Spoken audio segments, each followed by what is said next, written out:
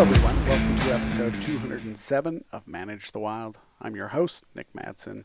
Today's topic is going to be a little bit controversial depending on which side of the political spectrum you fall on, but it still needs to be talked about because research is showing that it's happening. We're talking about big game management and the effects of climate change. Now, depending on who you follow, some of you may or may not believe in it, but research does show that there is a trend and it's warming. And it's important for researchers and wildlife managers to pay attention to that because you're going to have a whole host of issues that are going to happen. As climate change is causing shifts in temperature, it's also changing the way it rains. So your precipitation patterns are changing, your weather is changing. Weather is just the uneven heating and cooling of the air around. And so if you have things warming up, then obviously your weather patterns are going to shift. These changes are going to cause, in certain situations, they're going to cause major damage to habitat. In other situations, maybe not so much.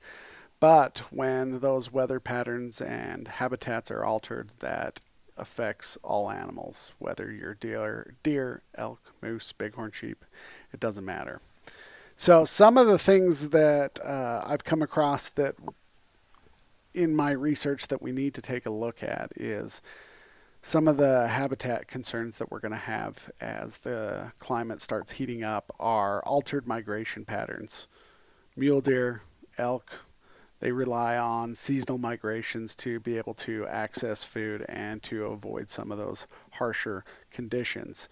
But climate change could affect some of these and disrupt those patterns and change the way the vegetation growth happens. We talk about that green up as they are moving from their winter range up to their summer range. They are following that green up. But some areas, as they get hotter, they're going to alter the way that green up happens, and that's going to cause them to shift their patterns.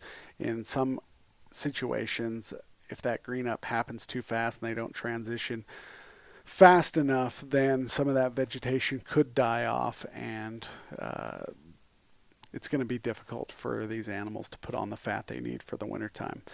The other is changing of food availability. As climate change happens and the temperature starts to warm up, you're going to have plants that are moving up in elevation or lower in elevation depending on how the weather and the temperature and precipitation are going to affect them. And we won't know until it starts to happen. And so there needs to be ongoing research to monitor how much is happening. They all have their niche.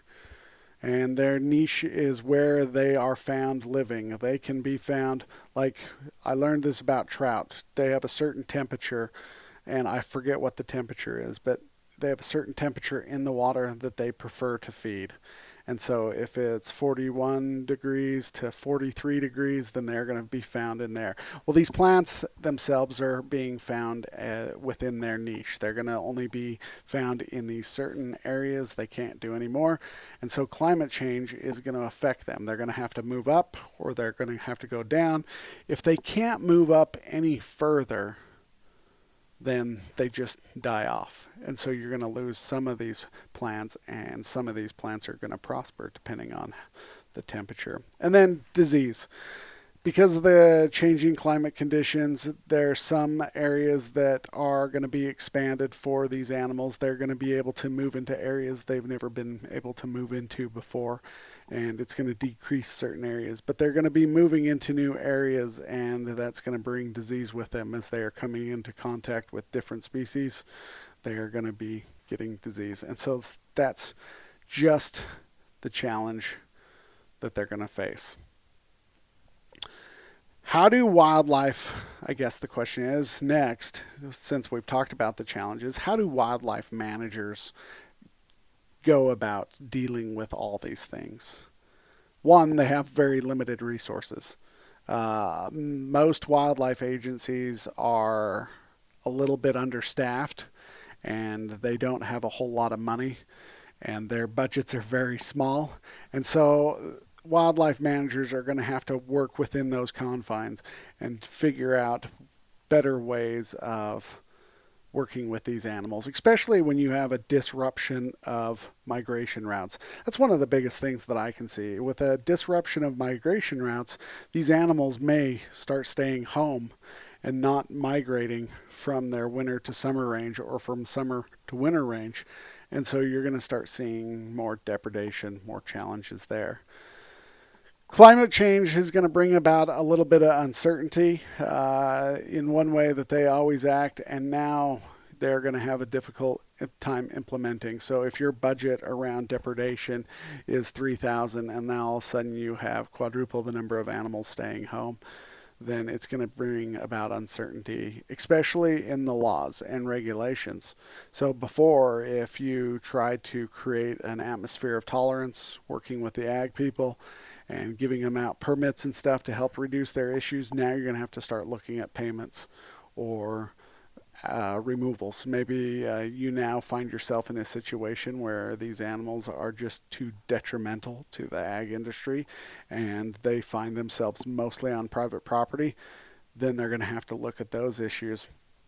And then you got the political and social factors as migration routes and things are happening, are being cut off. That's going to bring some political problems with it as well as some social. You're going to get a lot of people who are concerned about the animals, which is what I am. I'm concerned that these migration routes are going to be cut off the way that we have always known deer, elk, whitetail, elk, moose, mule deer, whatever. They are going to be affected. They're going to be pushed into areas that we haven't seen before. And so people are going to start using politics to move one way or another. Right now, the political spectrum is very much for the money-making side of things.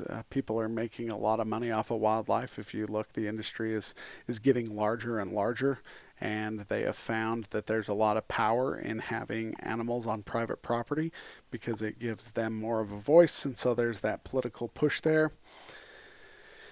And then as animals are being pushed into new areas, maybe their populations are being reduced. So then you've got the social concerns. There's going to be a push to stop hunting. And that is always going to be a contentious battle, whether you're on the left or right. It's still going to be contentious. Both sides have their feelings and they're going to definitely share them. So you have to have collaboration as wildlife managers. You're having to work with not just those within your small spectrum that you deal with, but now you're thinking statewide. And then beyond statewide, now you're thinking multi-state level, and you're working, trying to help these animals find the habitat that's going to best work for them as things progressively get warmer. There are some things that they are doing now that is proving to be beneficial. Habitat managers, wildlife managers are working with researchers. They're trying to identify these critical habitat areas. So they're creating those corridors to allow animals to move through, or trying to create corridors. Oftentimes private properties involved, and that creates a challenge. They're looking at climate, what they call climate-informed decision making. They're using climate data to help them, okay, are we going to have a population that's going to become an island? Are they going to be limited in their resources?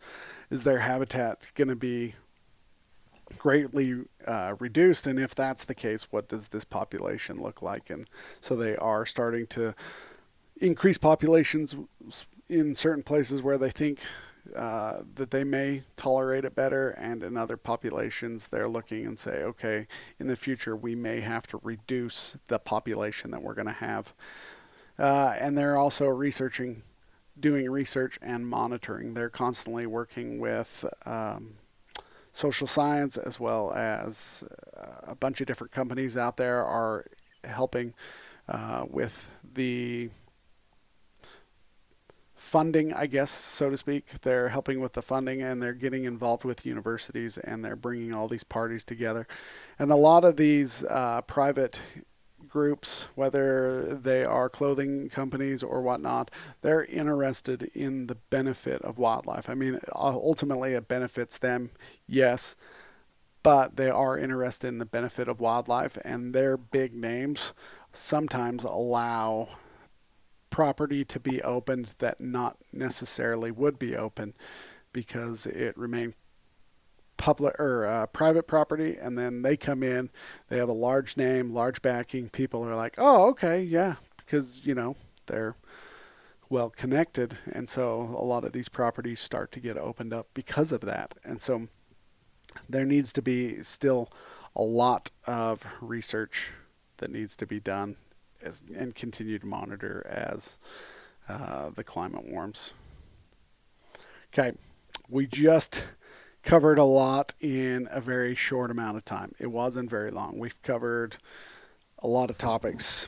So, just to wrap it up, this is what we've talked about. Climate change is going to impact wildlife. There's complex challenges in wildlife management. What do you do? What are the correct decisions? There's a whole lot of collaboration or communication that needs to happen.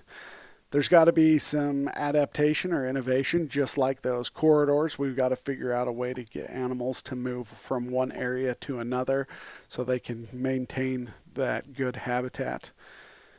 There's a whole lot of research and education that still needs to happen. And this one may not be apparent, but in certain situations, there needs to be a little bit of urgency, especially under corridors. As we are developing these areas that have often been rural for a very long time, we are closing off some of these corridors. So the GPS collars and those things are going to help. Then we need to look at, I guess this is the most controversial, and it's not even to me controversial, is climate-informed conservation. We need to get the data, look at the data and say, okay, is this going to create an island here? Is this going to cut this population off? How is it going to affect? And we need to start looking at that as well. And then the other thing is hopefully the animals will learn to adapt. Maybe this won't happen so fast, but I would rather see whitetail and mule deer in the public than I would see in the zoo as a last resort, and start looking long term. A lot of the time people get caught up in the political thought process, and it's very short term. But what is going to happen 5 years from now, 10 years from now, 30 years, 50 years? Where do we want to see ourselves? And that's oftentimes some of the biggest challenges, is that long term thinking. All right.